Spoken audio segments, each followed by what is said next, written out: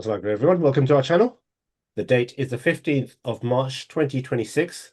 This is our 233rd Tafseer of Quran session with the Professor Muhammad al-Massari. The format will be as follows. We will have Tafseer followed by Q&A, and then afterwards we will stop the live stream and move to Rumble. We'll stop the live stream and we will later publish to Rumble our Palestine update, which will be our 101st. So just that's the format. Next week we will not have Tafsir because people will still be celebrating their Eid festivities. The following week we will resume and we will start Tafsir again, and we will start our Tawheed halakas the following Monday, resuming. Clarify that next week and Sunday, no tafsir. The day after Monday, no Tawheed. Then the week after, both are on. Yeah, the last day in March, so nobody get confused. And also, when we start, it will be obviously the clock will reverse. I think it's the last Sunday in March. I remember that. Okay, so Tafsir, we are now on. Just a second. We are on ayah. So bear with me a second. They've changed the website that we reference. So just so people know, we are on Surah Naml, ayah 32. So it's Surah of the Ant. And I will recite briefly, and then the professor will do the translations. Also, they've switched up the order of recitation of reciters on the channel on the Islamic Awakened website. So may have a different choice of translators, but we can see how good they are as we read. Okay. Okay, so the first ayah, that's ayah 32. قالت يا أيها الملأ أفتوني في أمري ما كنت فاتعة أمرا حتى تشهدون. If you like, would you like me to just do what ayah by ayah or recite a few and then do the translation? Ayah by ayah, unless we say we have to. Okay, so the first translation by Muhammad Asad. She said, "O you nobles, give me your opinion on the problem with which I am now faced. I would never make a weighty decision unless you are present with me." And there's a few other translators. Let's see who else we got. We've got Pixel. So Muhammad Marmaduke Pixel, his translation said, "She said, O chieftains, pronounce for me in my case. I decide no case till ye are present with me." Oh, that's quite old English. So that's very clear. She's a wise woman. She's composed and she knows how to deal with things, and she knows that without consultation, especially about weighty matters, but most likely she consults about every matter. That's the best way to go. Consult about everything. I don't mean trivial things like sending a post or something, but anything which a decision has to be made based on certain consideration, balancing benefits and harms, etc. You have, which maybe we should send that recording to Trump, the man who cannot be saved. I think he's mentally deranged. Anyway, let's continue with the Quran anyway. This is a wise, mentally organized woman.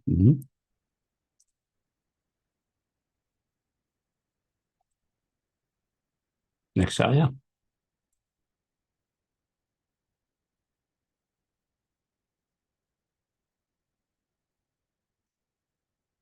Next ayah.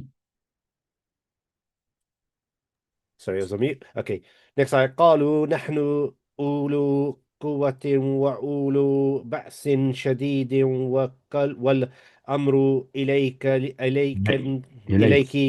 فانظري ماذا تأمرين. First ayah.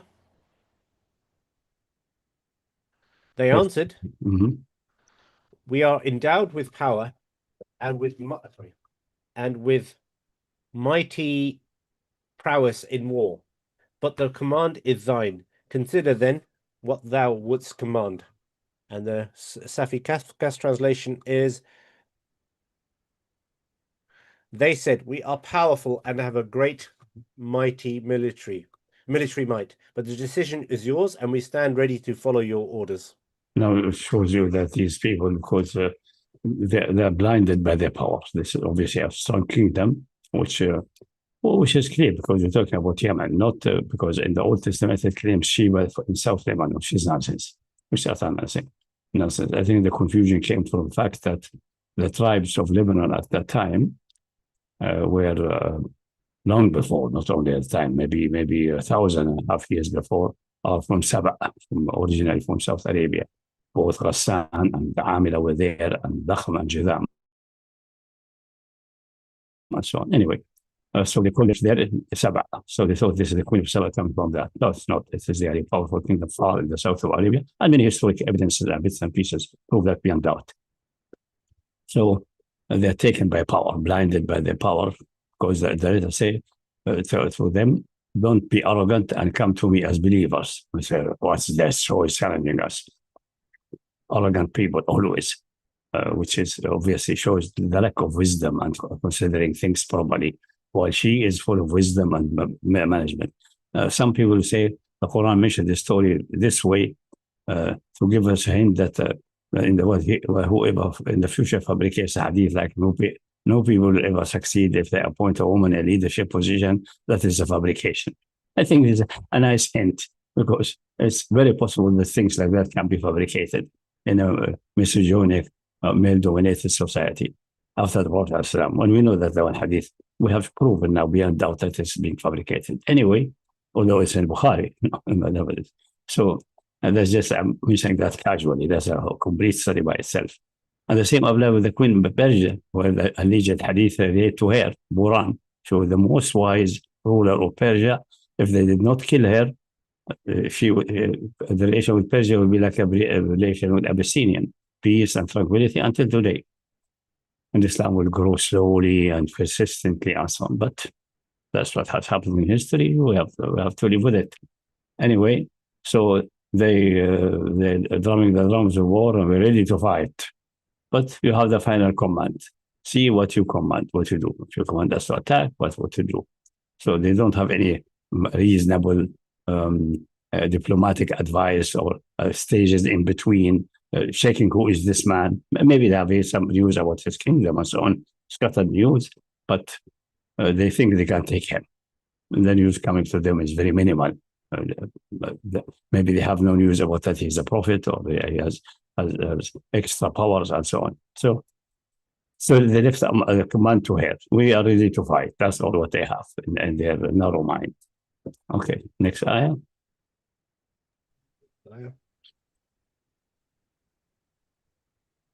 You see the wise decision. قالت إن الملوك إذا دخلوا من الملوك. sorry. قالت إن الملوك إذا دخلوا قرية أفسدوها وجعلوا عزة أهلها أذلة وكذلك يفعلون. That's very interesting ayah. Translate. First translation. Said she, "Verily, whenever kings enter a country, they corrupt it and turn the noblest of its people into the most abject, and this is the way they always behave." Okay. Next translation.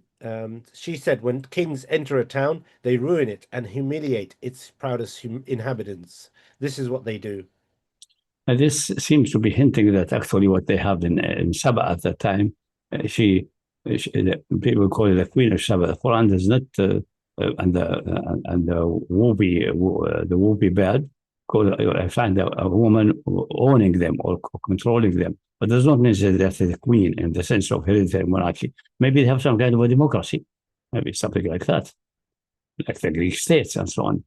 And so she is arguing that these kings who believe they have the right to do whatever they want, if they enter a country, they will corrupt it and change the social structure and have their sycophants and so on in power, etc. And the interesting point is that's one just historic remark. I don't know if we have enough historic evidence about Saba in South Arabia at that time being a democracy, but most likely is that, because these areas never have developed really central governments in that sense, except very later. And even there, it was more like a confederation, federation, and things that more closer to democratic structure and social groups cooperating together and having leaders than really central kingdom like what the case was, or the Israeli destroyed themselves by choosing it in Palestine at that time. So that's this point. The interesting point that in the last sentence it says, وَكَذَلِكَ يَفْعَلُونَ. Indeed, they do that. That's their general behavior. The question, who is saying indeed? Is that Allah commenting on her claim, or she is repeating the claim and affirming it? I was once discussing with a scholar in Saudi Arabia. He's quite bright, saying, no, this is Allah commenting that she is right. That's what kings do. Everything Malaki does. So some people have noticed this point. So it's more interesting notes, but the focus story is another aspect that is also certain hints there to be taken seriously. While in Palestine at the time, before Suleiman is now well-established king, obviously, in his later phase of life. But before that, there was Talut, and there was the skirmish with David, Dawood, and the fight between them for a certain time, and Dawood was removed from power, and all of these complicated stories, following what we once mentioned, I think casually, when we went to Surah Al-Baqarah, when they asked the prophet, which is, we know it's Samuel, in Samuel 1, that's explained in detail, they asked him to appoint a king with the excuse that we need a king that we can fight in cause of Allah. And the Quran mentioned only the story about fighting and expose them as being liar. They just want kingdom. In the first, in Samuel first, you can check, there was a long discussion about royal monarchy and its evil and so on, and what does it mean, and the advice of Allah subhanahu wa ta'ala through Samuel to them that if any king of this type would be oppressive and tyrant, and then ultimately say, okay, there's a deal. I allow you to switch from what you are living, governed by prophets, essentially, and essentially an extreme type of democracy, you could say. Every family, every village has its own chieftain, and they choose, and really genuinely popular democracy, into a royal monarchy. But from now on, if you scream and ask me for help against your oppressive king, I will not respond. That's it. That was the deal, and they accepted. See how mentally deranged can people be, following certain desires, certain fixed ideas in their mind that you need to have a king, a central power to be able to fight and do things like that. So then obviously Suleiman inherited after a long mess and established the temple and got all these features and powers given to him through Allah subhanahu wa ta'ala. And some of these news, it is a bit of summary, would spread all over the world. The world were not completely disconnected, and also Yemen and Sham and Palestine were connected through business routes, the caravans going back and forth. So these stories are what's going on, not a daily detail. We don't have broadcasts and daily broadcasts, but some general news, general reports every few weeks, every few months. Major events would be reported, people memorize it and take it as an example, and so on. So the people are not completely disconnected. They have good understanding what the other countries have or what they have of systems, some general characteristic, what type of religion they have, what type. So she may be aware about that. So this is the historic background. So now, after this introduction, that we have to avoid by all means that to be invaded by a king, or having to fight a king, because they will corrupt everything and change the good, peaceful social order. Next ayah now. But what to do with the letter? Some response must be given. Now she shows that she's a master of diplomacy. وإني مرسلة إليهم بهدية فناذرة بما يرجع المرسلون. Hence, behold, I'm going to send a gift to those people and await whatever answer the envoys bring back. And other translation, I am sending them a gift and I will wait to see what the messengers bring back. Obviously, gift is a nice letter of introduction and so on. We receive your letter with all respect and so on. And here's a gift and so on. And we we will comply. We can imagine what she have written according to the spirit of the time. Next. Okay, next ayah. فلما جاء سليمان قال أتمدونني بمال فما آتاني الله خير مما آتاكم بل أنتم بهديتكم تفرحون. Now when the queen's message came unto Solomon, he said, do you people mean to add to my wealth? But that which God has given me is so much better than all that he has given you. Nay, it is only such as you that would rejoice in this gift of yours. Okay. Other translation.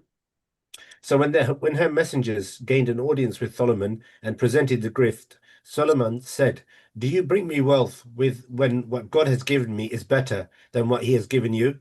It's people like you who will rejoice in a gift like this. Before I comment on what Solomon said, which seems very aggressive, we know that the Dawood and Sulaiman and all that, they were not writing to the other nations because they were only restricted to Bani Israel. So why come that Sulaiman did that specifically? The Quran does not mention that clearly, but clearly when the Whoopi, or so it's named Whoopi Beard and so on, told him what he has seen, the Quran doesn't mention that, but he regarded that as a divine sign or an order that he should call these people for monotheism. Because what the Whoopi stressed is that they're worshipping the sun instead of worshiping Allah subhanahu wa ta'ala. But next door are sun worshipper. Just not the Baal worshipper.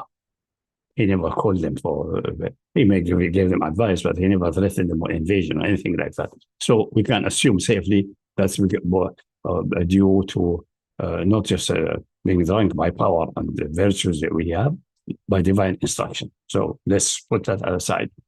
So it's not that some people say, oh, look how invasive jihad. No, that's not. But Israel never did that really to any great. Most of their wars were internally and possibly repelling external invaders. And many of the stories in the Old Testament about wars and so on, and Amalek and so on, are most likely even fabricated. So in summary,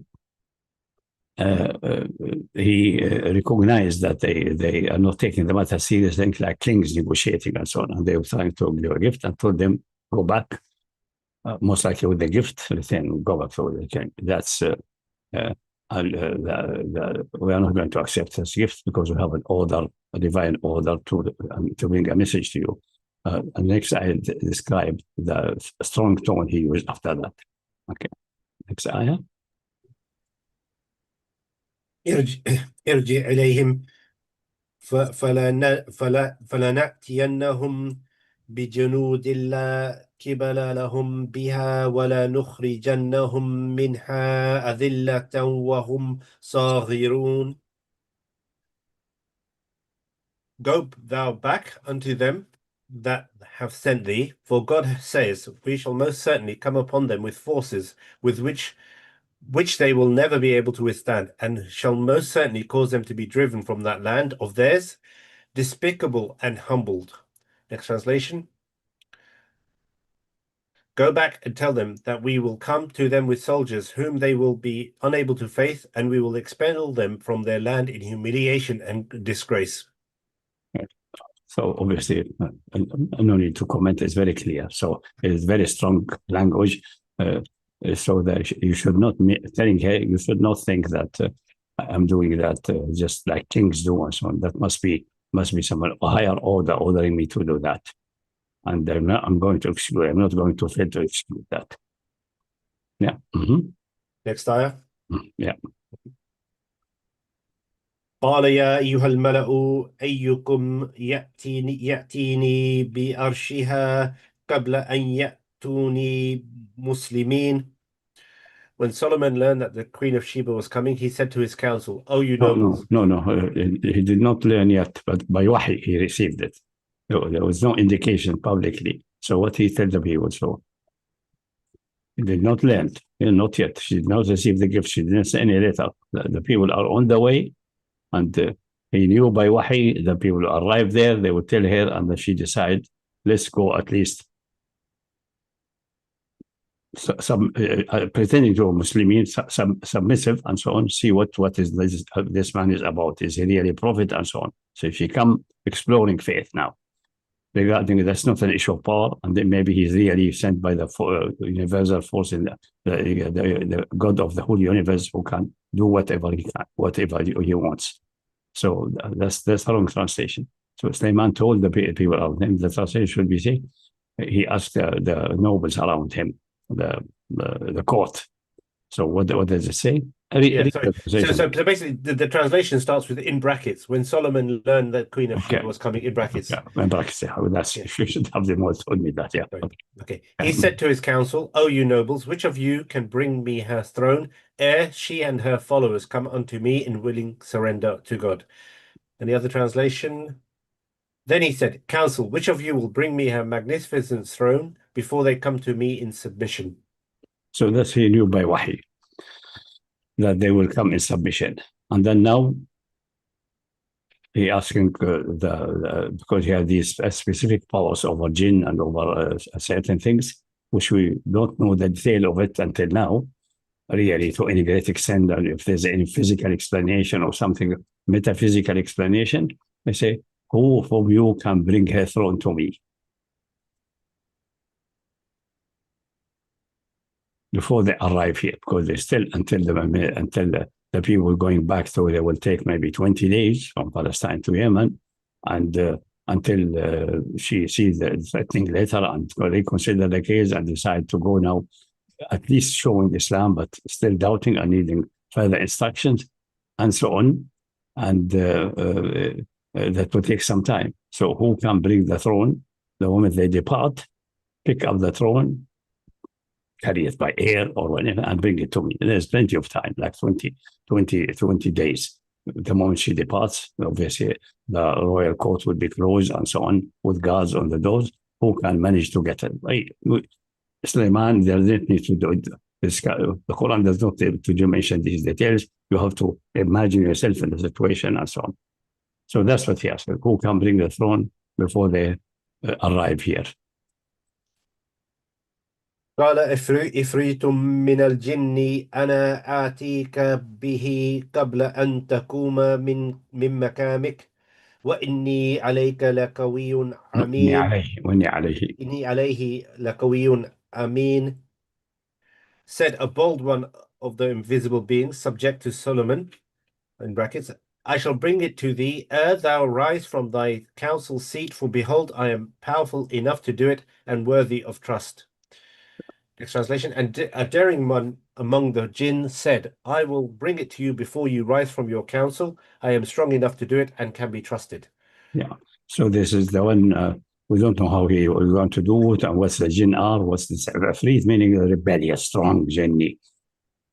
And he said, before the ending the council, because Sulaiman sits in council maybe later, like all morning until noon, or something like that, afternoon, the time of council, and managing the affairs, judging, etc., before you rise to go for rest or for dinner or something like that, it would be here. Okay. The next ayah. Mm-hmm. قال الذي عنده علم من الكتاب أنا آتيك به قبل أن يرتد إليك طرفك فلما رآه مستقرا عنده قال هذا من فضل ربي ليبلوني أشكره أم أكفر ومن شكر فإنما يشكر لنفسه ومن كفر فإن ربي غني كريم. First translation. Answered he who was illuminated by revelation, "Nay, as for me, I shall bring it to thee ere the twinkling of the eye ceases." And when he saw it truly before him, he exclaimed, "This is an outcome of my sustainer''s bounty." to test me as to whether I am grateful or ungrateful. However, he who is grateful to God is but grateful for his own good, and he who is ungrateful should know that verily my sustainer is self-sufficient, most generous in giving. So, alternate translation. Yeah, another translation. Yeah. But one who had knowledge from the book said, I will bring it to you before your glance returns to you. And when Solomon saw it placed before him, he said, This is from the grace of my Lord to test me whether I will be grateful or ungrateful. And whoever is grateful, it is for his good. As for the ungrateful, then my Lord is rich beyond need and generous. So this is obviously the problematic part for many people is that we put them in a dilemma is that it appeared immediately on photo of Sulaiman in a twinkling of an eye, in just a few seconds. بأعتقادي من the next commentators maybe they mastered the technology of teleportation, which we now may be able to do for one electron photon. I would say whatever the way it was, because it said the one who has knowledge from the book. What is the book? It's the book of Ghaib, a book of the fundamental structure of the universe. We don't know. Well, I'll give you that and keep you stunned about that.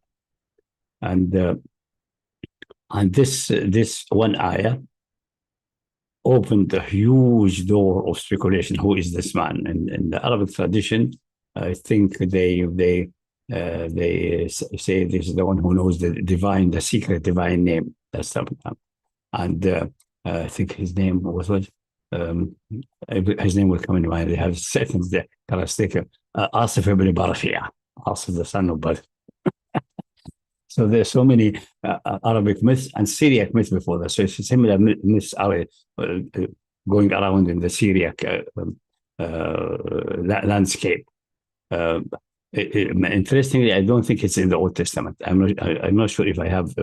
I once scanned it once or twice, but it's very boring to read, really, especially the Kings 1, Kings 2, and so on, and Chronicles, because history and you don't know, because clearly one side, the follower of Talut or the inheritors of Talut from the state of Israel in the north, and are hostile to the Judea and Samaria, the old hostility, are hostile, and which one declaring the other to be a kafir and accusing the leader to be mushrik or to be a pagans or to be a magician and so on. We hear the accusation of to Sulaiman being a mushrik and being a magician in Surah Al-Baqarah, and the Quran exonerated him.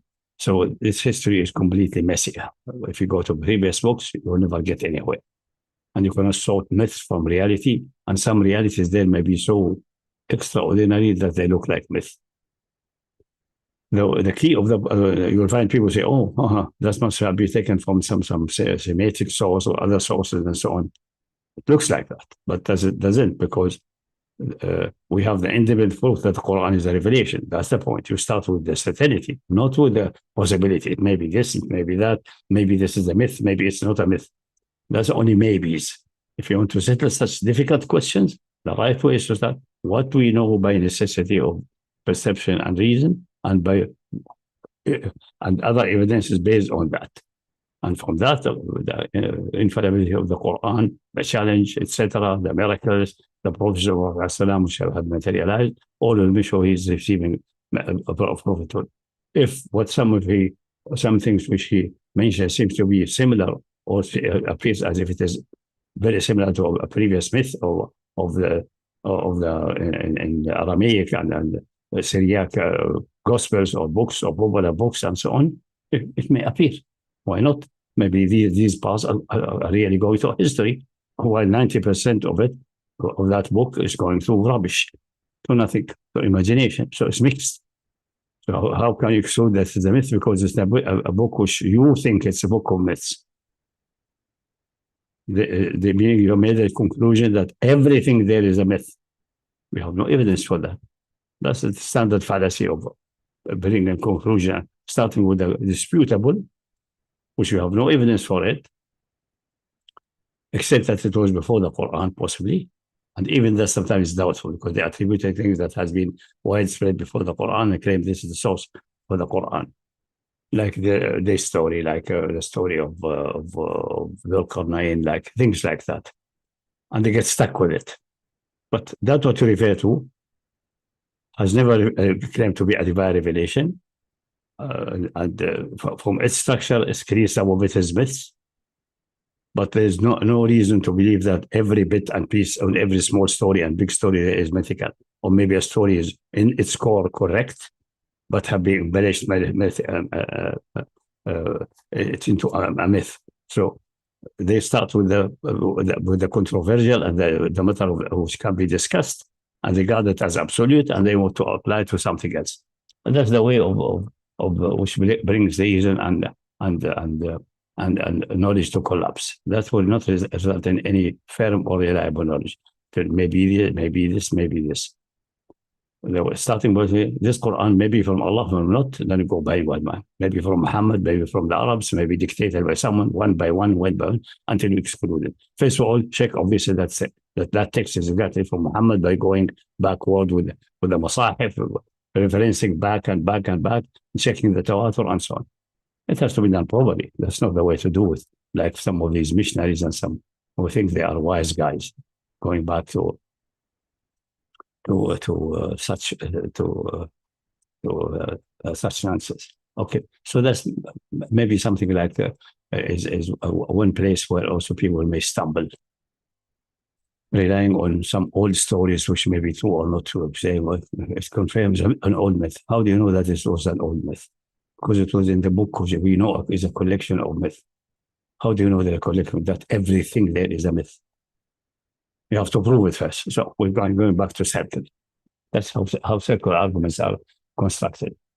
And recently there are some videos in the same vein. Again, Dhul Qarnayn, story of Musa, all of these things. I will say this is not an Old Testament. The Old Testament is definitely having fabrication and errors. How do we know that? We just have the text. Check it back. We know that this is connected for 1,000 years, but it's okay. Just go to Genesis. You find 2 creation stories which are impossibly rationally to synchronize. Not that they are not fit for science. No. I'm just in the level of necessity of reason. The order of creation, the type of creation is impossible to be the same here and here. 2 stories of creation. Obviously, scientific errors that the animals were created before trees and things like that. We know there's impossible scientifically, but I didn't consider that. Just the order is logically, irrationally, this one is different than that, and no way to synchronize them by any trick of the mind. Then we know it is a collection of books. It contains truth and falsehood. Maybe it's the things that are metaphorical. Then we are on firm ground. Now we can go and sort one by one in a rational way, step by step, one by one. That's it. If it's not a divine revelation, that's the way to go. From the fundamentals, not from a question, maybe not, that's before, that's after. That's the way of demise, the way of collapse, the way which destroyed many of the Quraysh. Say, Asatir al-Awwalin, these are the stories of historical and questionable stories of the previous generation, which do not know how reliable they are. We hear some of that similar to that in time past, yeah, but does not mean it's true or not true. Because not what the Quran is to believe in it blindly. He's asking you, produce an ayah with that. Bring evidences like my prophet. That's what he asks you. Which things now and here is available on your hand. So start with what you have in hand, firmly. Make sure that it's you in hand, that you are not imagining it. Check all counter issues and then go from there. So that's just a general comment about things which is something difficult to stomach because we have no historic core to find. And it's very confusing. Sometimes, if you try to find, for example, Dhul Qarnayn, people were wavering right and left and center. And Muslim scholar said, no, I cannot be Alexander the Macedonian because clearly in the Quran, this man is a believer. A monotheist, at least. Alexander the Macedonian is pagan. We know that for sure. But then they tried to find in history because the history on record is a bit deficient. I will mention who is most likely, most likely, not what the certainty. And they said, no, it is an ancient Arab conqueror before Abraham. But that cannot be because we know that iron was started to be used around 1000 BC. Before that, there was no iron. We have every archaeology in the world. Then before that, there was the Bronze Age, and before that was or maybe whatever age. And gold was quite early, but gold is used for ornamentation. And before that, it was Stone Age. They were cutting things from stone and from wood. Iron became accessible really and becoming that is, and in that, I told you, Zubar al-Hadid, pieces of iron, meaning that we are quite advanced in the Iron Age. There are plenty of iron industry around and so on, and scraps and so on, iron scraps. So that's why, and a hint, I suggest it is the one who has history have brushed over Darius Tamid, the conqueror of Babylon, not Koresh. The one conquered Babylon is Darius Tamid. But that's in the book of Daniel. The book of Daniel has been set aside. They don't want to look into it, etc., etc. So going this way is dangerous.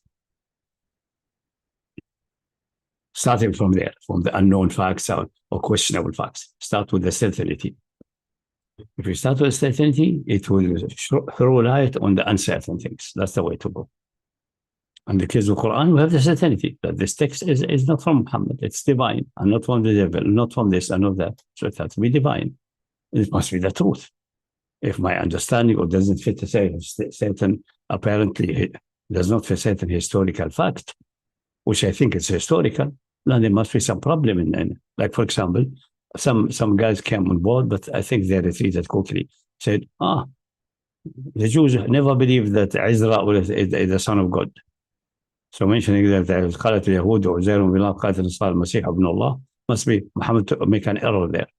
No, Quran is mentioning at that time, at least the Jews in Arabia and around and so on, or a good number of Jews, is saying that. Now, who is Ezra and what does it mean? I have various theories. One is maybe Osiris, or the angel of death, Israel. You can speculate as much as you like. But at Middle Ages, now become more and more, because the people think Jews are like the rabbinic Judaism we know now. No, in the Middle Ages, they have sects which are almost pagan and sects who are bad worshipper and so on. So, and we have maybe scholarship with rabbinic, but the common people are so far away from any rabbinic Judaism and monotheism, which is rather well expressed in rabbinic Judaism, in Talmud and so on, with deficiency, obviously. Divine attributes are messed up and so on, but it's only one God. And has no son, no human that thinks like that. And son is only metaphorical there, but the common people living in like someone say, will interact with Braille, which are 80-90% of India and so on, and say, because many common people and so on say, the nur, the light of Muhammad is ancient and so on. So, they believe Muhammad is divine. The wording sounds like that. And generation later, when this stupid idea has disappeared completely, someone say, we are historically wrong. No, it's now. We know it now and so on. So it's very, in these things, what the scripture mention of history and so on, unless you have absolute certainty that is a divine revelation. Absolute certainty. That can be only for, in the case, on the world now, is only the Quran and the Sunnah Mutawatira, which will corroborating reports from prophetic utterances, but about which we are certain that they are coming from the Prophet. With certitude, not just with a balance of probabilities. Then we can use that to control history, to control events. Not the opposite, because this is now an evidence of truth by itself after having been proven. And everything will go ultimately to the necessities of perception and reason. Okay, I just wanted to, because this is a place where many people waver, what's this, we don't know. And I see many videos writing for Islam and so on, and they contain many khurafat. I think of Bani Israel and Akhluk and Idris and things like that. Just ignore these. I wish they would not do that. Because the other aspect they're calling for is nice about Islam, but they mention such stories where they mix that with that. Anyone who is a bit critical and or obsessed with these things may say, must be some problem there. And you think that nonsense is part of Islam, which in reality it is not. So if you make a video for da'wah, be like a hawk, watching carefully what you put there. Even when mentioning dreams and nice things as just supporting evidence, as just niceties and so on, you should do it with great care. So if nobody comes in the idea that this is Islamic or Islam advocates that, neither is rejected. It's nice that you have a dream which corroborates certain reality, or a dream promising you something in the future and realizes, indicating that you. But this happened for believer and non-believer alike. So taking that as the evidence that only believer have such visions is not true. Non-believer have also such visions, like the king of Egypt, and so on. So we have to be very, very alert, especially these days. Simple-minded da'wah videos of brainwaves and things like that, and some even some other school of thoughts which are relatively backward. Good. Carry on. Next ayah. Okay, next ayah. But also the next part of the ayah. What happened to Sulaiman? He recognized this as favor of Allah on him. He doesn't think it is because of his greatness or his special standing, and say, this is grace of Allah on me, which I may be not deserving. So to test me if I would be appreciate or not appreciate, will be thankful or rejecting the thank.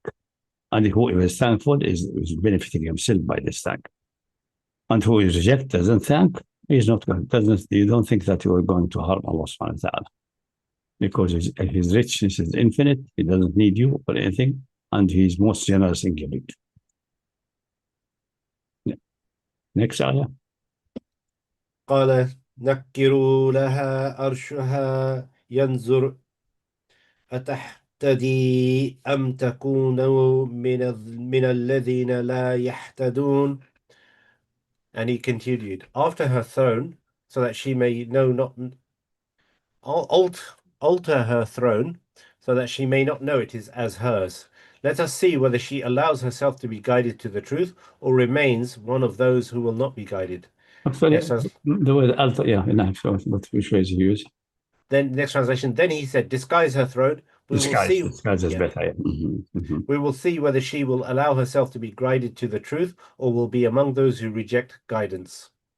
Like, for example, certain ornamentation are covered with semi-transparent glass, but they have glass at time, and so on, as we see later, and so on. So it looks like it, but it's not. Is it? It is not.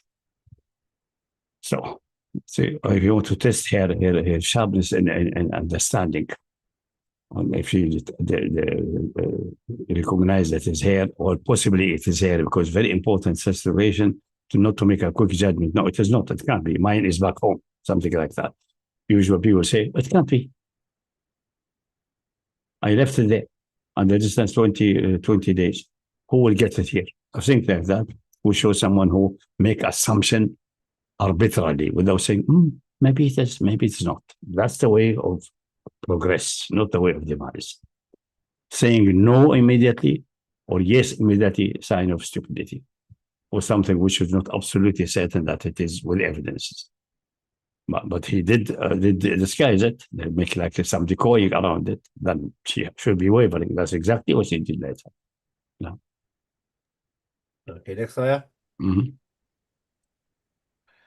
فلما جاءت قيل أهكذا أرشك قالت كأنه هو وأوتينا العلم من قبلها وكنا مسلمين. And so, as soon as she arrived, she was asked, is thy throne like this? She answered, it is as though it were the same. And Solomon said to his nobles, she has arrived at the truth without any help from us, although it is we who have been given divine knowledge before her, and have long ago surrendered before ourselves unto God. Next translation. So when she arrived, she was asked, is your throne like this? She said, it is as if it were the same. Solomon thought, we were given knowledge before her, and we have been submissive to God. Yeah. So the second sentence we given knowledge before, is it a thought or the statement of Sulaiman? We don't know. It's just standing alone there. It's really like switching the scene. This is and it's very difficult to weave it there in the scene at that moment. But let's leave it aside. It is acknowledging of Sulaiman, most likely by himself, that we have got knowledge before here, and we have been believers. And this one did not get knowledge, and she is clearly on the right way of believing. So she's an amazing woman, essentially. That's what he's saying. Possibly, that's my interpretation for this switching of the scene. But this is he can know who. Most of them ask if it is, how it have come here and what happened to him, or if it is not, how could you construct something by how do you know this style exactly and imitate it or something like that. Okay, next ayah. وسدها ما كانت تعبد من دون الله إنها كانت من قوم كافرين. And she has recognized the truth, that's in brackets, although that which she has been wont to worship instead of God had kept her away, in brackets, from the right path. For behold, she is descended of people who deny the truth. Next translation. While what she worshipped besides God prevented her from believing, as she is from the people who deny the truth. Previously, but now, next time. قيل لها ادخل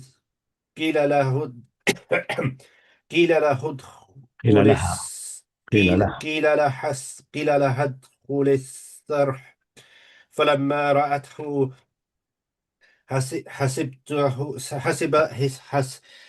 حسبته لجة وكشفت عن ساقيها قال إنه سرح ممرد من قوارير قالت ربي إني ظلمت نفسي وأسلمت مع سليمان لله رب العالمين. After a while, in brackets, she was told, enter this course. But when she saw it, she thought it was a fathomless expanse of water, and she bared her legs. Said he, behold, it is but a court smoothly paved with glass.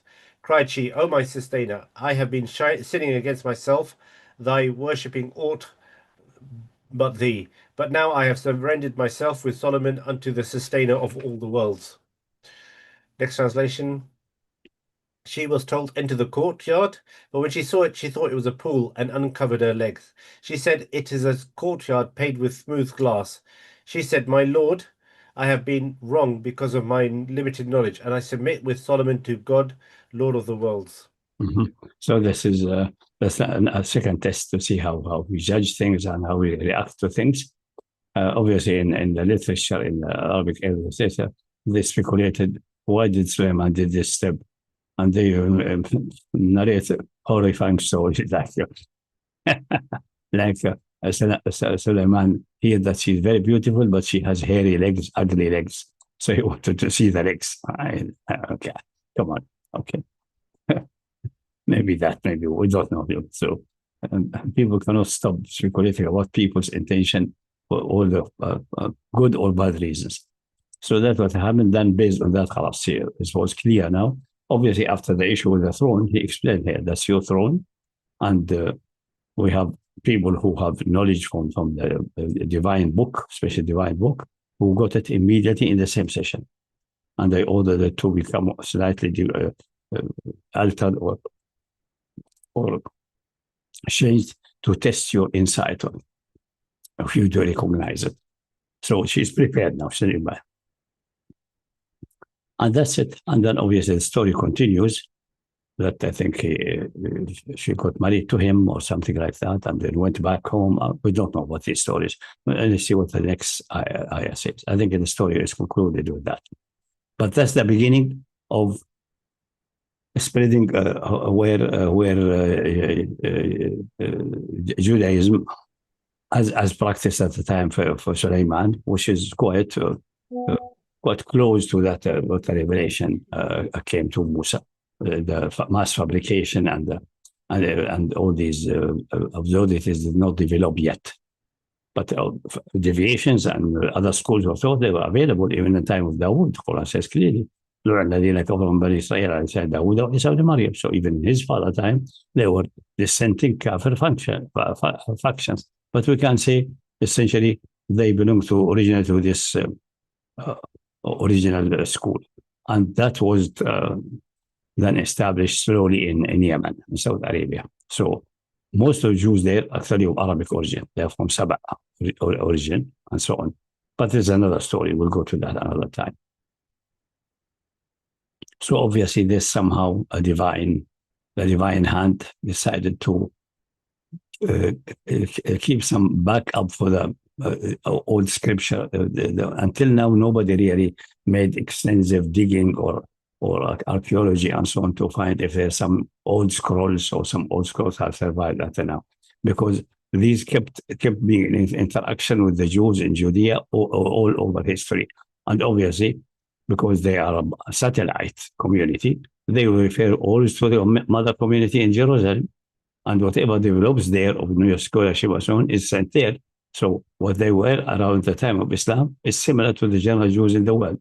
Obviously, with another school of thought, some other scripture, some other ijtihad, and so on. But we don't know what it, because now what we know is that they essentially, like, I don't know if they're rabbinic or how can they be classified, because they rarely studied at all. But they seem to have some more ancient scrolls than the other Jews. For example, they have a scroll of the Old Testament from the 2nd century. But this is most likely development from the north sent to them. So it's very, very complex. But that's what the situation it seems to be hinting to. Next slide. ولقد أرسلنا إلى ثمود أخاهم صالحا أن اعبدوا الله فإذا هم فريقان يختصمون.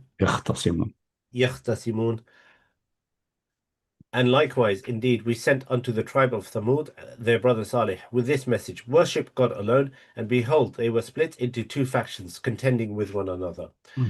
Next ayah. Next translation. Sorry, next translation. Let's just find it. Let's go now.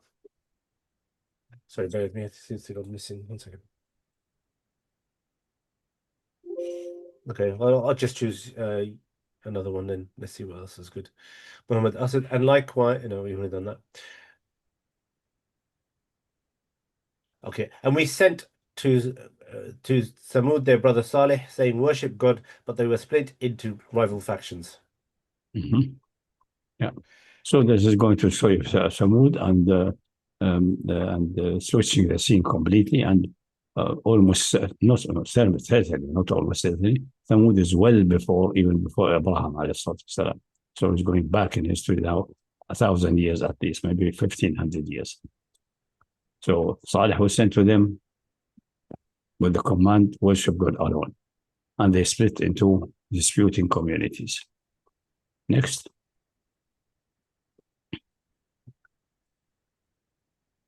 Next ayah. قال يا قوم لما تستعجلون بالسيئات قبل الحسنة لولا تستغفرون الله لعلكم ترحمون. Said Salih to the erring ones, why do you seek to hasten the coming upon you of evil instead of hoping for good? Why do you not rather ask God to forgive you your sins so that you might be graced with his mercy? Next translation. He said, my people, why are you so anxious to rush towards evil instead of good? Why do you not ask God for forgiveness so that maybe you will receive mercy? قالوا طيرنا بك وبمن معك قال طائركم عند الله بل أنتم قوم تفتنون. They answered, we augur evil from thee and those that follow thee. Said he, your destiny, good or evil, rests with God. You are people undergoing a test. Next translation. They said, we considered you to be a bad omen, and you and those with you. He said, your omen is with God. Rather, it is you who are being tested. Yeah, because they think Omen has a really genuine effect in them. They obviously have a magic vision of the universe, something magical there, magic force, and it brings an unconscious magic force, and it brings good omen. A good omen is very good glad tiding in one side, and good omens are most likely some kind of dualism. Same force with the right side, with the bright side and dark side, with the good side and evil side, things like that. And I told them, no, there's nothing like that. Your destiny, what's in the hand of Allah subhanahu wa ta'ala. Nothing happens in the universe without His permission. And but you are people who are being tested, you are being now in the tribulation. Yeah. Carry on.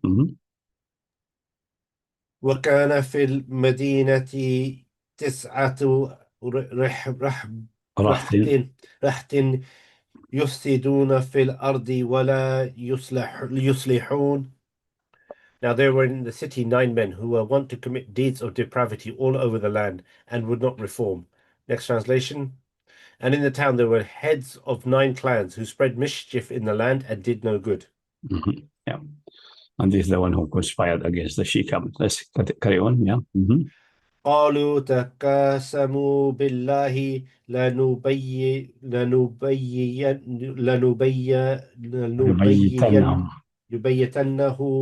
وأهله ثم لنقولن لوليه ما شهدنا مهلك أهله وإنا لصادقون. First translation. And after having bound one another by an oath in God's name, they said, indeed, we shall suddenly fall upon him and his household by night and slay them all. And then we shall boldly say to his next of kin, we do not witness the destruction of his household. We do not witness the destruction of this household. And behold, we are indeed men of truth. Next translation. They said to each other, let's take an oath by God that we will kill him and his family tonight. Then we will say to his protector, we did not witness the destruction of his family, and we are truthful. And this translation with the law that the tribal chieftains which are corruption in the land really gives a hint to that what in Surah Al-Fajr نترى كيف عاد إرم ذات العماد وثمود الذين جابوا الصخر بالواد وفرعون ذي الأوتاد الذين طغوا في البلاد فأكثروا فيها الفساد, which indicates that Ad was a kind of empire which involved in corruption. Corruption land meaning really act of violence, killing, pillaging, destroying agriculture, destroying properties, raping, enslaving free people, etc. That's what's called fasad in Arabic. It's not something else. That's exactly that. And this empire was engaged. Ad was one of the most staunch empires, and then Thamud similar to them, and then Pharaoh continued that tradition after that. So that shows that really these Raht are really engaged in such. They're head of tribes or chieftains and so on who are engaged in raids, criminality, attacking other people, other nations, robbing them, etc., etc. That's fasad. That's strictly prohibited in all religion and all revelation. But they were doing it.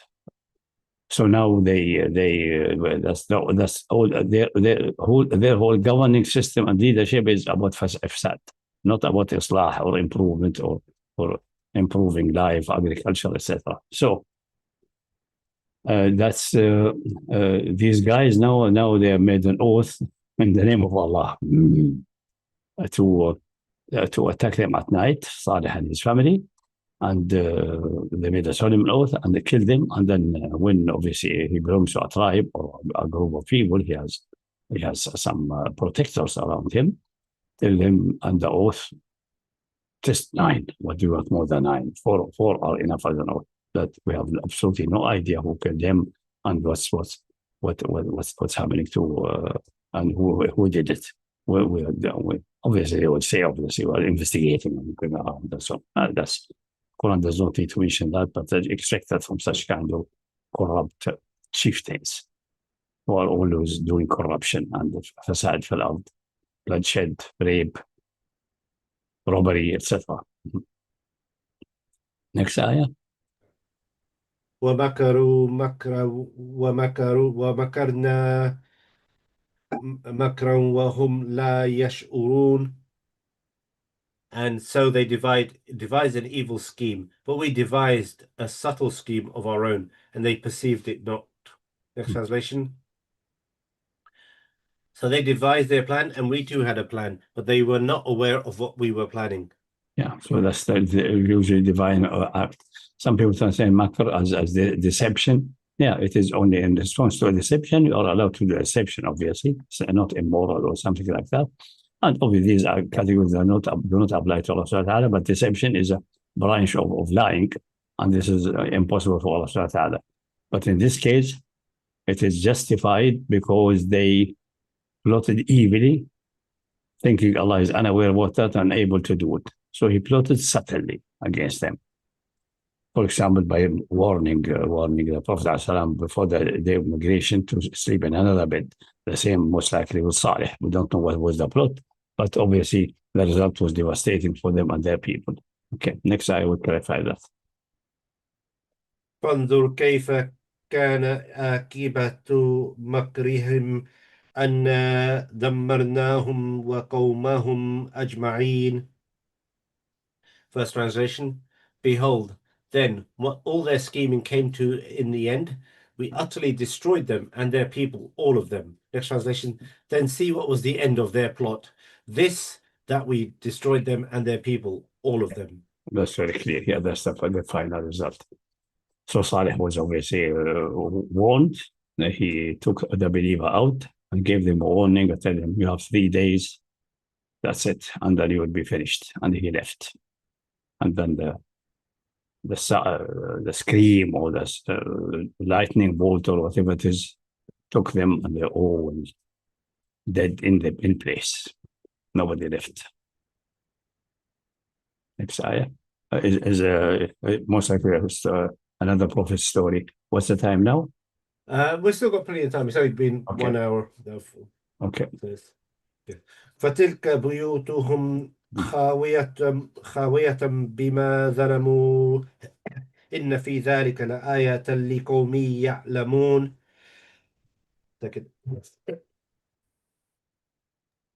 First translation. And now those dwellings of theirs are empty, ruined as an outcome of their evil deeds. In this, behold, there is a message indeed for people of innate knowledge. Next translation. Here are their houses because they were unjust. There is a sign for people who know. Mm-hmm. And these housing are still there, but in Saleh. It has really frequented after that. But it did sometimes maybe other Nabatians that settled there and have inscription and so on. That the original inscription, I think, and so on, is from before the time of Abraham, is with the Thamudi script. Okay. Mm-hmm. Also, just to clarify, I was desolate homes. It was desolate. It's barely anyone settled there. It is a place which you feel weird and strange generally. So really settled there. Mm-hmm. Okay. وأنجينا الذين آمنوا وكانوا يتقون. Seeing that we saved those who had attained to faith and were conscious of us. Mm-hmm. Next translation. And we saved those who believed and were mindful of God. Next time. That's very clear. It's very clear, yeah. Now we move to Lut alayhi salam. Mm-hmm. ولوطا إذ قال لقومه أتأتون الفاحشة وأنتم تبصرون. And thus did we, and it's in brackets, thus did we too. Thus too did we save, close brackets, Lot, when we said unto his people, would you commit this abomination with your eyes open, to its being, and in brackets, to its being against all nature. Next translation. And Lot, when he said to his people, how dare you commit such immoral act with your eyes wide open? I think translating Tanzurun is they do not see the meaning that you're committing this fahisha, not in secret and so on, but in public, like in their meeting, in the clubs and so on. So everyone look at the doing of the fahisha. That's what I mean, Tanzurun. because Antum, you are looking at. The one who with the fahsha is actually two, and the other enjoying and watching. Says tubsirun, sorry, Sheikh, tubsirun. Says tubsirun. Not Tafseer, I know, but you have to understand the meaning behind it. All of you are seeing. We are seeing it, but usually fahisha and so on generally is committed in public or a small group of people, and the one who doing it is doing it. He doesn't need to see it, but the people around him. So meaning they do it publicly. They do it in their audiences, in their meetings, in their clubs. I thought it was just done. Sorry, it's fine. Okay. Yeah, most likely. I think this is a better translation would be while you in community, in public, better translation in public where everyone sees, where everyone can attend to or take a look to. Yeah. Next slide. But what is fahisha? Now we will mention the fahisha, the sexual immorality. أئنكم لتأتون الرجال شهوة من دون النساء بل أنتم قوم تجهلون.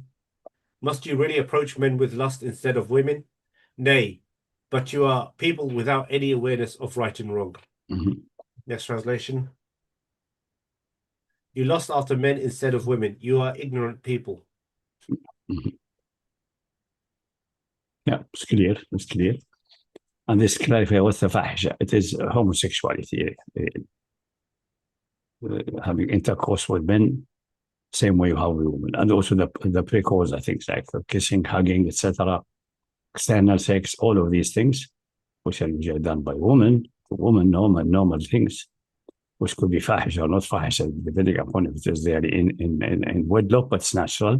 This is not natural, it's fahisha, it's excessive, and it is worthy of condemnation. And thus, because it's fahisha, it's also prohibited in the last Sharia. You don't need to look for other evidence. Every fahisha is prohibited in the last Sharia. That's a fahisha, without any doubt. So it's nature. The description in the system of the universe to be fahisha makes it subject of prohibition. Okay. Next slide. فما كان جواب قومه إلا أن قالوا أخرجوا آل لوط من قريتكم إنهم أناس يتطهرون. But his people's only answer was this: expel Lot and Lot's followers from your township. Verily, they are folk who make themselves out to be pure. Next translation. But his people's answer was: expel Lot and his family from your town. They are people who keep themselves pure. Yeah, or they are Puritans. So being Puritan in such societies is negative. It's worthy of condemnation, according to Qawm Lot, Puritans. When I was still in Germany studying, we were looking for a house and so on, and then for a friend, not for myself. And then she said, "Oh yeah, everything, etc., under these conditions. But in Germany, they have something called no kein Damenbesuch, no woman visit." I said, "I'm not Puritan, but allowing woman besuch caused certain legal problems and so on. That's the reason I'm doing it. I'm not Puritan." So she regarded Puritan as a bad attribute. She wanted to exonerate herself from being Puritan. So at that moment, I remember the ayah. I remember that till now. They said, "My God, we are getting to Qawm Lut level now, slowly." No.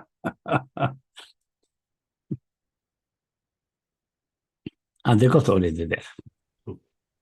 They have advanced there. Yeah. And they look at you funny if you're not into their stuff. Yeah. Next ayah. فأنجيناه وأهله إلا امرأته قدرناها من الغابرين. Thereupon we saved him and his household, all but his wife, whom we will to be among those that stayed behind. Next translation. So we saved him and his family, except for his wife. We determined she would be with those who stayed behind. Because she's a disbeliever. She's betraying her husband and sending them the information. Okay. Yeah. Okay, next ayah. وأمطرنا عليهم مطرا فساء مطر المنذرين. The while we rained a rain of destruction upon the others, and dire is such rain upon all who let themselves be warned to no avail. Next translation. Next translation is, and we rained upon them a rain. Horrible was the rain for those who were forewarned. Yeah, there's a clear indication that's most likely some kind of volcanic eruption and ashes and so on. And even the Old Testament mentioned that they have been struck with it became like a lake of zift, which is like asphalt and things like that. That's volcanic ashes and so on.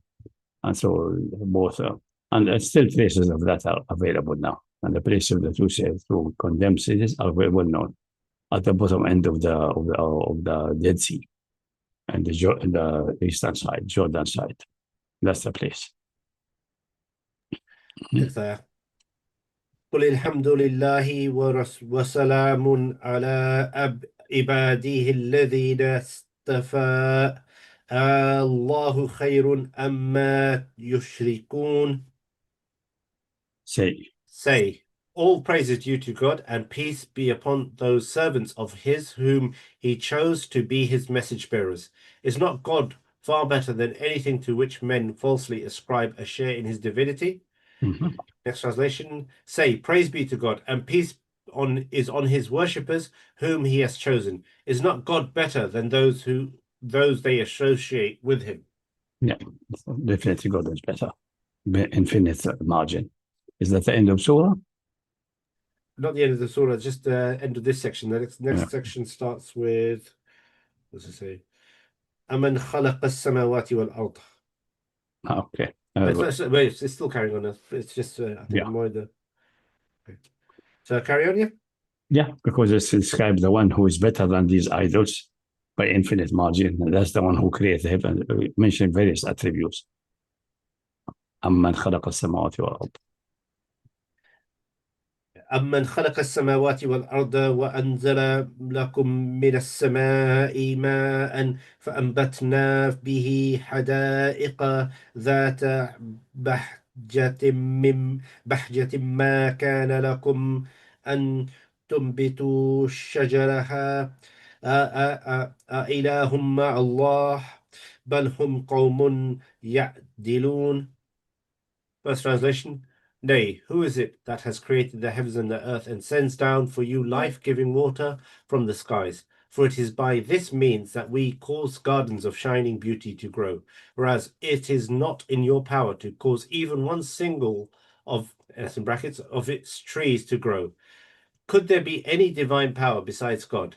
Nay, they who think so are people who swerve from the path of reason, in brackets. Next translation.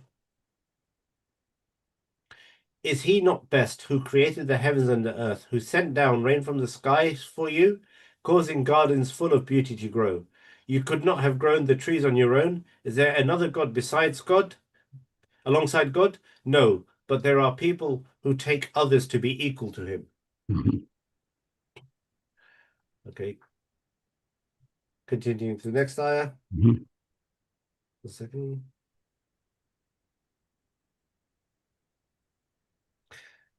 Sorry, just a second.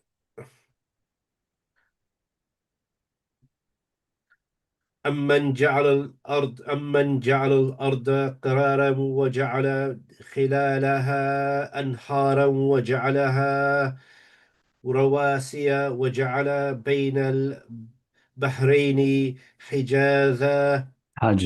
حاجزا إله مع الله بل أكثرهم لا يعلمون.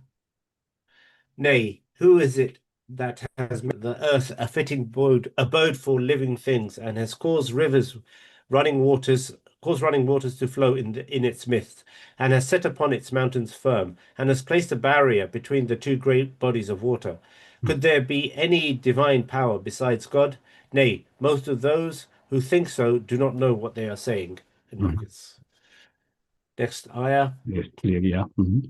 So next translation. Is he not best who made the earth a stable ground, and placed rivers within it, and set mountains firmly on it, and placed a barrier between the two seas? Is there a God with God? No, but most of them do not know. I've just commented with a barrier because there was a discussion about if it's a scientific miracle. Some people regard it as they said, saline water and fresh water coming from the rivers and so on into the sea goes a long distance, remaining sweet because there's some kind of a barrier, osmotic barrier. And that's true, I think, to a great extent. I have also another idea that also the barrier, that's one type of barrier, but that the fresh water above the sea level is prevented from that the salt water is prevented from going up to the rivers because of the barrier erected by gravitation. That may be also an extra meaning there, because at times we did not know that, did not know about gravitation and these barriers. So this and this. Anyway, yes, I say sometimes these scientific explanations are a little bit obscure, not very persuasive. Okay. Next ayah. أمن يحب المضطر إذا دعاه يجيب المضطر. أمن يجيب المضطر إذا دعاه ويكشف السوء ويجعلكم خلفاء الأرض أإله مع الله قليلا ما تذكرون. Nay, who is it that responds to the distress when he calls out to him, and who removes the ill that caused the distress, and has made you inherit the earth? Could there be any divine power besides God? How seldom do you keep this in mind? Next translation. Is he not best who responds to the desperate when he calls upon him, and who removes his distress and makes you successors on earth? Is there a God with God? Little do you remember. And is he who is best? Most likely in parentheses, yeah? In the first translation? No, in the second. The second. Who is best? Yeah, he in brackets is not best.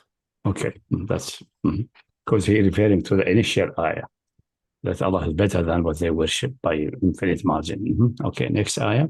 Let's mention the divine grace, the divine attributes. Which divine entity could be conceived doing that? Okay. That's the second. أمن يهديكم في ظلمات البر والبحر ومن يرسل الرياح بشرا بين يدي رحمته أإله مع الله تعالى الله أما يشركون. Nay, who is it that guides you in the midst of the deep darkness of of land and sea, and sends forth the winds as a glad tiding of his coming grace? Could there be any divine power besides God? Sublimely exalted is God above anything to which men ascribe a share in his divinity. Next translation.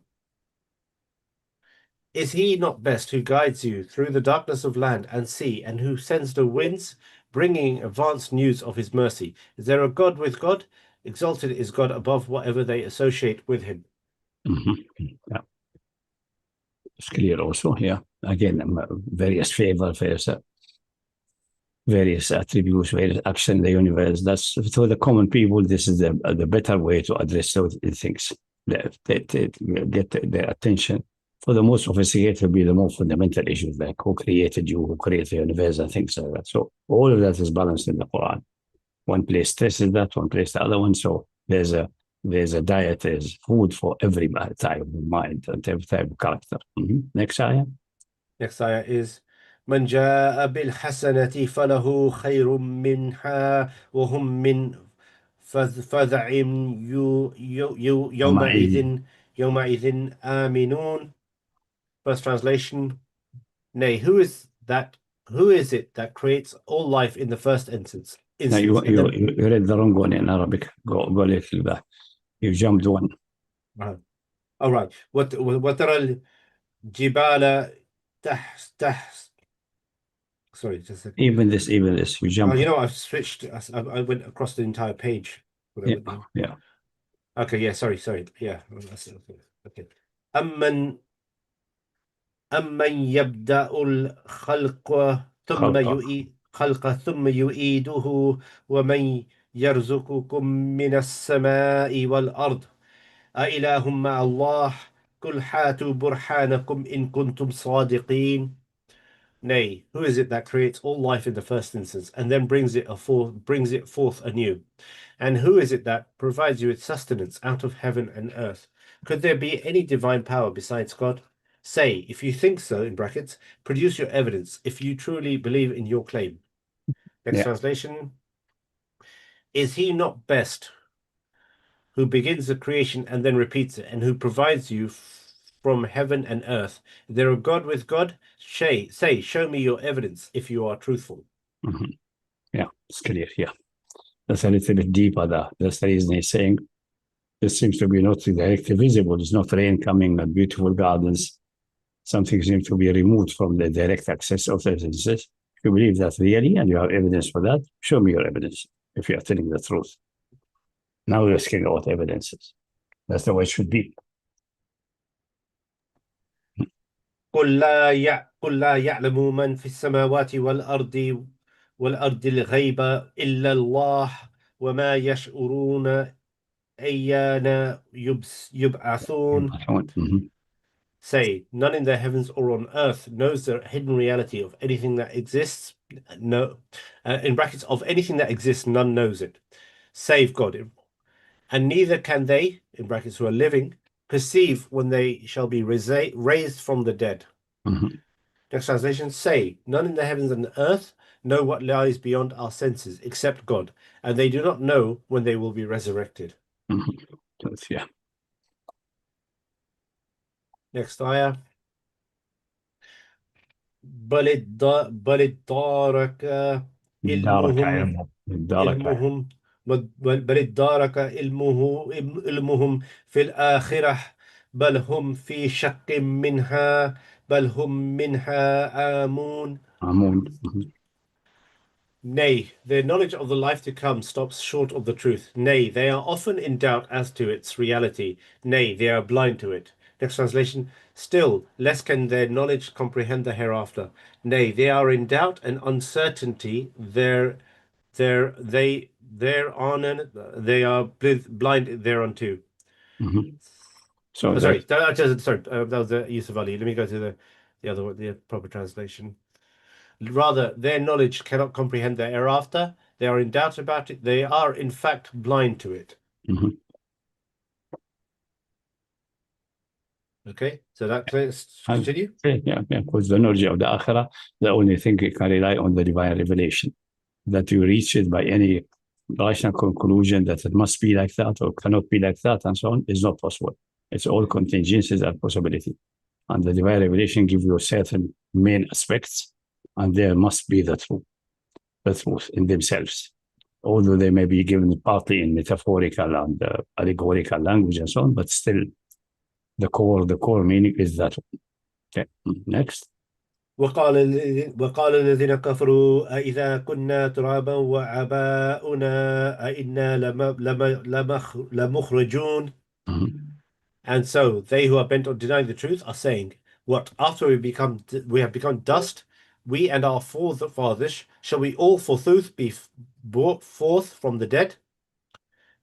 Next translation. So the unbelievers say, when we and our fathers have become dust, will we then be brought out of the graves? Next ayah. لقد وعدنا هذا نحن وآباؤنا من قبل إن هذا إلا أساطير الأولين. Indeed, we are promised this, we and our forefathers in the past as well. It is nothing but fables of ancient times. Next translation. We and our forefathers have been promised this before. This is only a legend of an ancient people.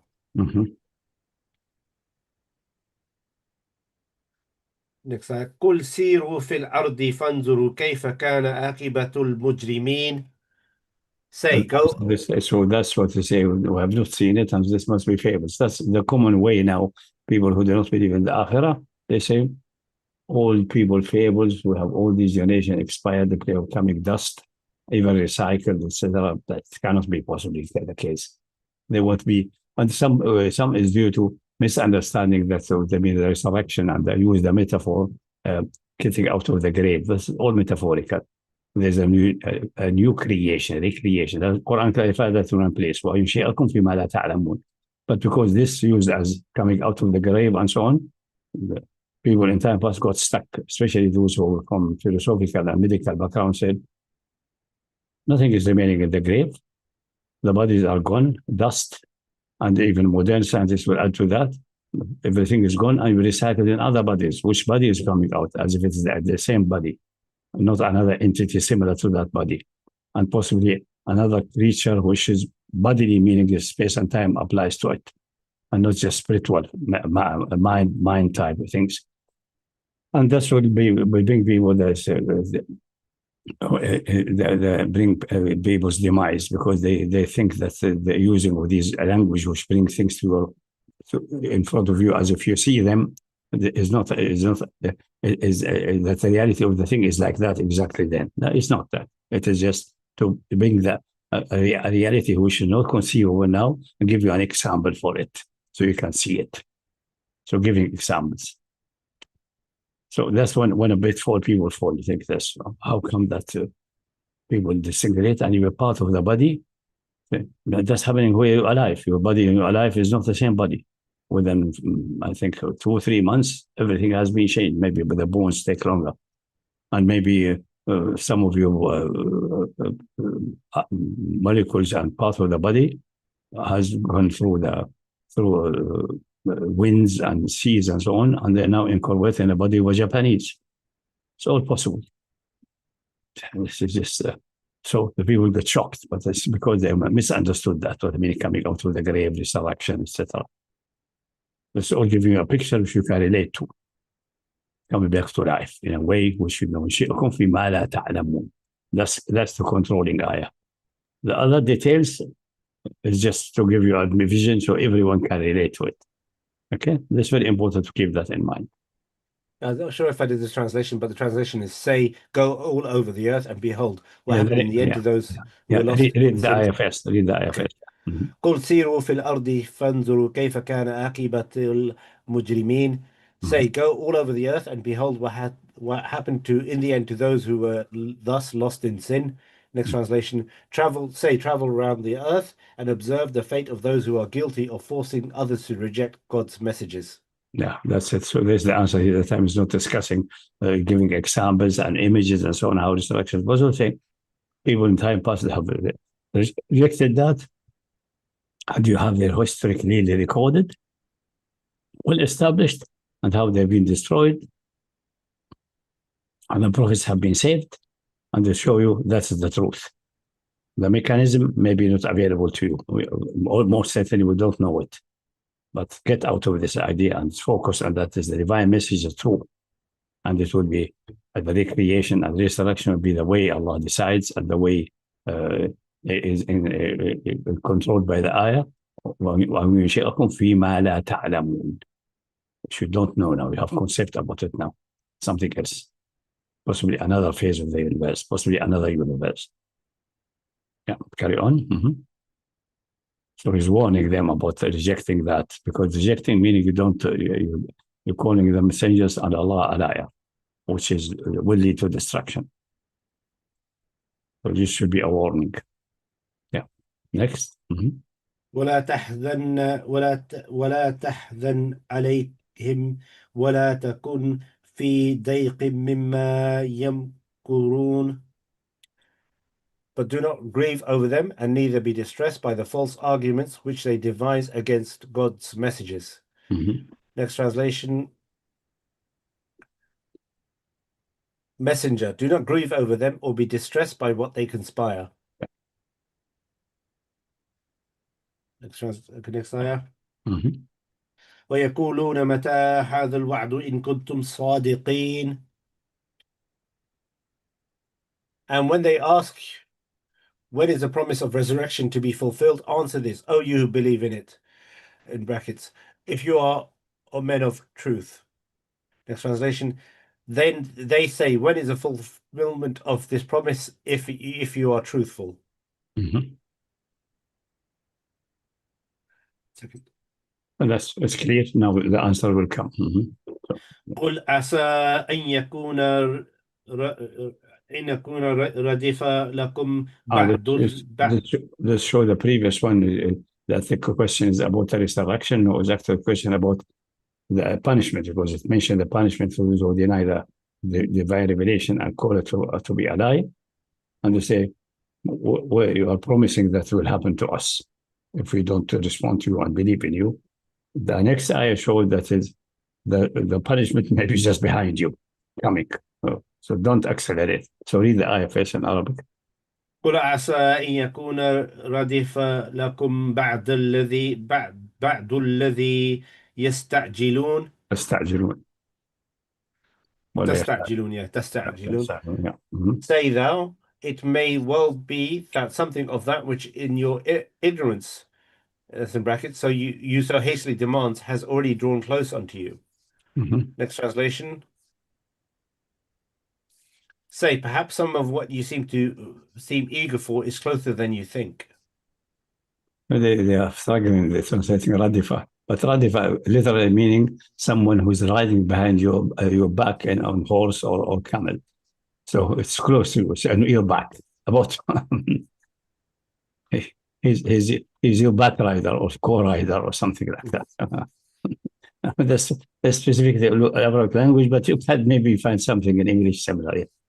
It's so close that it is as if someone is riding, and because most big animal, you can't could ride on it. So you are thinking you are on the back of a camel, and that's what you are thinking, asking where it is actually behind you, just riding on the same camel, meaning it's part of the life. It can hit any moment. Or may not hit, but dismount and go. Study falakum. Yeah. Okay. Somebody got a comment? I'll give you a terrifying picture. Yeah. Next ayah or Sheikh, I just have a couple of questions. I need to pray the Dhuhr. Yeah. Bismillah ar-Rahman ar-Rahim. The first one, you know that you mentioned about Bilqis when she said Inna al-muluka idha dakhalat qaryatun afsaduha, and you said maybe you spoke to someone that said وَكَذَلِكَ يَفْعَلُونَ is Allah. The Quran commenting, yeah. Maybe. But even if it wasn't, isn't the whole fact that Allah mentioned it in the Quran an affirmation of the statement? Yeah, but it is not the same if it is the divine attributed to the divine. But the context here keeps both open. Yeah, the other one affirming that she's stressing that, and the Quran reporting her saying without any negative comment, means confirming that's essentially true. Yeah. Okay. And the other question, you know, so when she became Muslim and she returned back to Saba, we don't know, but we guess that from history. We don't know. All of this we don't know. Oh, okay. Yeah, we don't know. So the question was, the Jews of Yathrib, were they from Saba or from Jerusalem originally? Which Jews? Of Yathrib. Not all of them. Qainuqa are from Yemen or from Arabic origin, and Qurayza and Nadir are from Harun. From Harun. From Harun. Okay. Harun, yeah. Okay. Because Qainuqa is my guess, but Qurayza and Nadir, because the Prophet is called them the Kohanim. Kohanim is the sons of the Kahinain, from the sons of Harun. Okay. But there is a native Jewish population in Yemen. Where did they come from? There, from the time of Queen of Sheba. From the time of Sheba? Yeah, I think so. I think that's it from there. Okay. Yeah. So maybe she did become Muslim and some of her people did as well. Oh, yeah, definitely. It spread there slowly over time, yeah. Okay. Okay. That was my two questions. Which time do we have now? It's now 2:45. We can stop now. Yeah. What's the ayah? The one, is it belonging to the previous or starting a new subject? وإن ربك لذو فضل على الناس ولكن أكثرهم لا يشكرون. And the one after that, what does it say? وإن ربك لا يعلم ما تكون. أعتقد we stop at the first one here. Note the number, because it shows why the punishment is not happening always, that because of the grace of Allah subhanahu wa ta'ala, and He postponing the people and so on, although you know exactly what they feel and what they do and how they hurt the Prophet, etc. But that's next time then. Will be a new topic by itself. How much is remaining from the end of the surah? We've got about another, just under 2 pages. 2 pages. That will be good for next time. That's after Eid. Eid will be next week, nothing, and the week after. Yeah, and the week after that will be, the times will have changed. A time change, yeah. We have to watch for that carefully, yeah. So it'll be 2 o'clock UK time. For those of you abroad, if you're not subject to this this ridiculous British summertime distinction, it'll be no change. If you are, then it'll be 1 hour later. Yeah. Relative time. It will be then noon will be instead of being 12 like now, and we start 1, so people can pray. It will be noon. Real noon will be 1, and then we meet at 2. Yeah, 2. Cool. Excellent. Okay, inshallah. Okay, so we'll start Ayah 73, Surah Naml next week, and on to question and answers now. Okay, so if anyone wants to unmute and ask a question, fire away. If there's anything related to politics, we can wait till we do the Palestine update and ask then. Okay, so first question has been sent over text. Just a second. So people, don't be shy if you want to ask. It's always better to ask on mic. Okay, so first question. What is Lawh al-Mahfuz? What's your understanding of what the Lawh al-Mahfuz is in the where is mentioned the Quran? So في لوح محفوظ, where else? I can't remember. I don't know exactly where it's mentioned. I know the famous one. Kitab. Let someone search where answer that. I think that's the only place mentioned.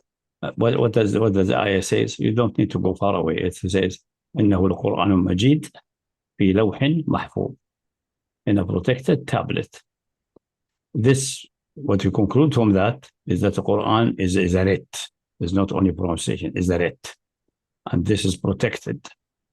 And in another place, في كتاب مكنون لا يمسه إلا المطهرون. It's a book which should not touch only cannot be touched or accessed by pure spirits, not by because the ayah before that said they say it is from the devil, and so I said no, it can't be from the devil. It is a kitab in a protected maknoon, meaning something engulfed to the protection, like a tank is around, armor around this maknoon, protected by kinana, by kin, and like the arrows in the what they call the quiver, like a quiver in a quiver, protected. لا يمسه إلا المطهرون. Only pure spirits can touch it, not satanic entities. So it's protected. It's a writ, original writ. That's all what you can put. Now, Lawh al-Mahfuz, many stories have developed that there's a Lawh al-Mahfuz, and some went to imagination that everything is written at the beginning of the creation, Lawh al-Mahfuz. All of these, nothing really well established from the Prophet. Some is allegedly for Ibn Abbas. I didn't check the narration, but even if so, Ibn Abbas, it is just some kind of ijtihad and using his mind to try to analyze something. But that's all what's in the Quran about that. And that's it. I would say it's just that the Quran is really a written document, not just a pronouns. So the writing, the rasm, is fundamental. And various readings are based on the possibilities what this rasm allows. Okay, but this is, we discussed at the beginning, I think, a little bit casually, maybe go to the first halaqas. We touch on that a bit, but we don't go very deep. And all the other horror stories of the Lawh al-Mahfuz and everything written from the beginning of the universe or the beginning of the time, etc., all of it, forget about it. Okay. Any other? Nothing. Sorry, there was a couple of other questions, but they're more political related. Okay, what you are Ismailis considered of Najran considered Muslims? I'm not talking about the Aqidah exactly, but their fiqh is Maliki. Now, their Aqidah, do they believe in the divinity of the Imams, is not clear, because the Ismaili, both of them, Najran, and the one, as far as I know, I don't think the Najrani have this, at least the people. I mentioned once a story of a very respected lady here. She came when we arrived here after, I think the first year, second year, that said, Aslan French, I support you, and so on, and so on. I don't believe in these madahib, and so on. And said, but I feel bad when people call Ismaili kafir, and so on. But only because people claim Ismaili having this and this and this. And she said, no, that's, I'm not aware. And we say, Ashhadu an la ilaha illallah Muhammad Rasulullah. There is no God except Allah. I wonder, say, are you aware about the details of Aqidah Ismaili? Said, we don't have books of Aqidah or something like that. But said, now I wake up to the reality. We never ask about that. Let me go to our Imam. They have a center there in North Holt. Yeah, North Holt. The way to the airport from Wembley, you pass through North Holt. That's one of the shortcuts. And they have a big center there for Aga Khani. This is Aga Khani, not the one from the other branch, the Aga Khani. And she asked the Imam and so on, what's about belief? Can I have one of these books? No, these books are only for us. We read to you and explain to you. And she said, people claim this and this. Said, don't worry about what you claim. So no, I worry.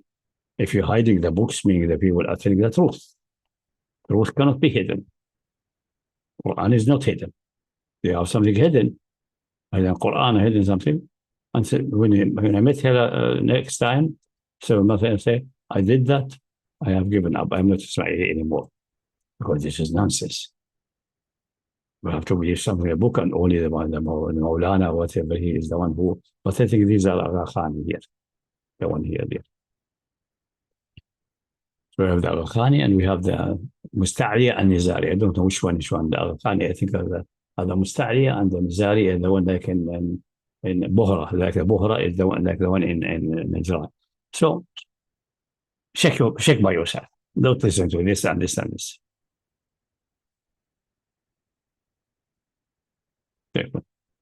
Essentially, it comes down to the creed. Check. Yeah, so The fundamental issues, the divinity and things like that. Not secondary issues and so on, as Ma'soom or Ma'soom and so on. And also that the revelation ended by Muhammad. If there's the revelation after that, this is clearly denying Khatm al-Nubuwwah, and this will be kufr, definitely. People that deny hadith outright, kufar as well, yeah? All of them, yeah, by necessity, but it's not by implication. You have to show them that's meaning denying the Quran. Mm. Because you deny history and also the possibility, because there's some hadith mutawatir, definitely, and then we know many events of the seerah are mutawatir. Many events are mutawatir. So these did not happen or happened and so on. So what they meaning denying hadith? They say ahad, we don't trust and so on. That's another matter of academic discussion.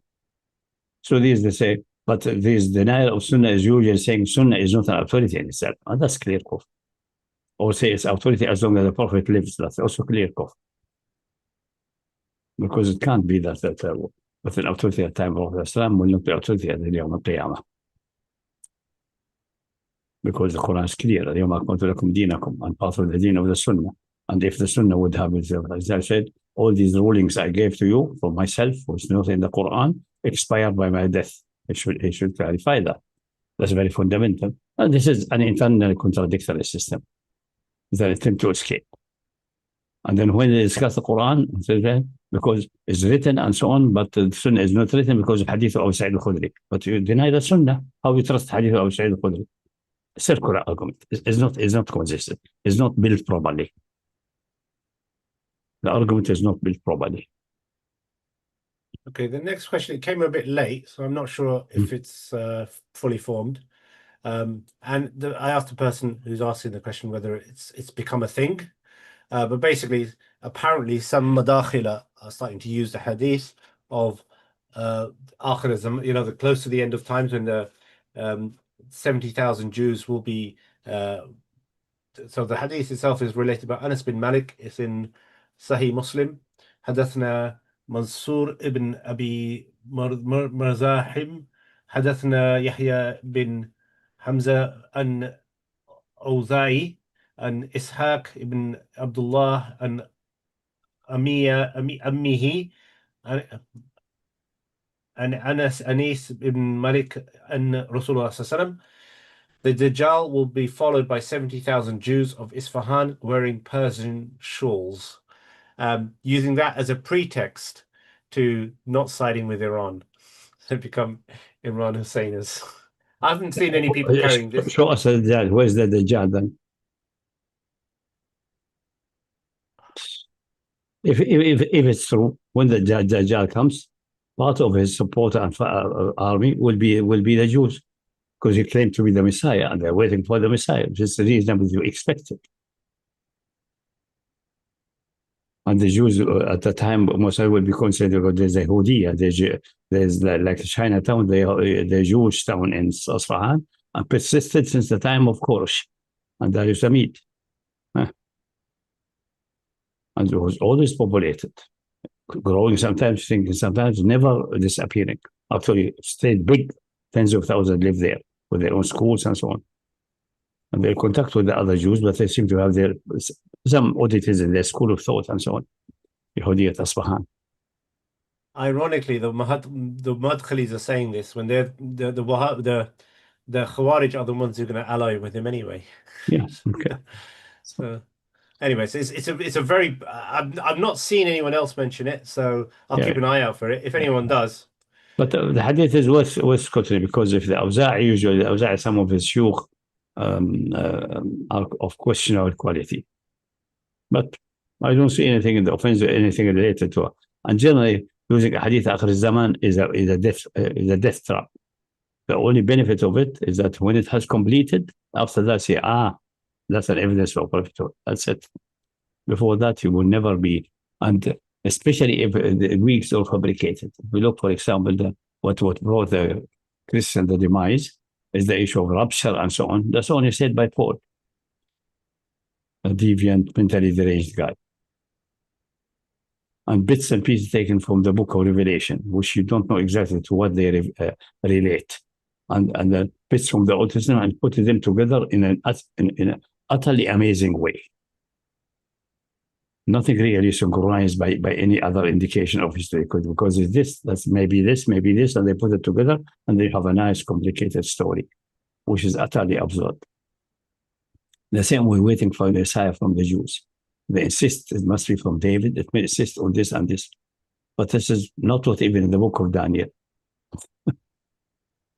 Know that he will be a warrior and will win wars. Initially, he will be cut off from the people. So this is all. These things, if you don't have their firm foundation on revelation, you will be in trouble. And what may be from revelation, all what you can say, it's maybe, let's wait and see. Or don't base your action on it. Okay. And can motivate even to initiate wars and go into catastrophic situation like the current one. But that's for the Palestine update, inshallah. Okay. Any more questions? Anyone wants to unmute? Raise your hand. If not, we can go straight on to Palestine update. Okay. Going once, going twice. Okay, let's kick off, inshallah. Okay. The date is the 15th of March, 2026. This is our 101st Palestine update. Over to you, Professor. Yeah. Oh, sorry. Let me start again. I have to stop the stream. Stopping the stream. We'll upload this to